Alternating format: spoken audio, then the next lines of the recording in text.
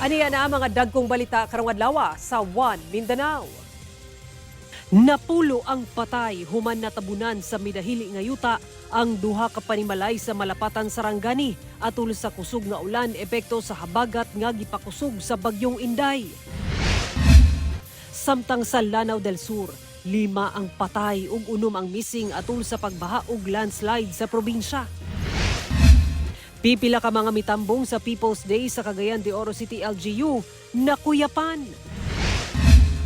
Defense team ni Vice President Sara Duterte gipunting nga ang planong pagpatay sa pamilya Duterte mao'y hinungdan sa gibuhiang hulga batok ang Pangulong Bongbong Marcos ug uban pa. Og sa RTV Presents, gawas nga karaan ang gambalay sa Bulwa Fish Landing sa Cagayan de Oro City, problema sab sa mga vendor ang tubig ug basura.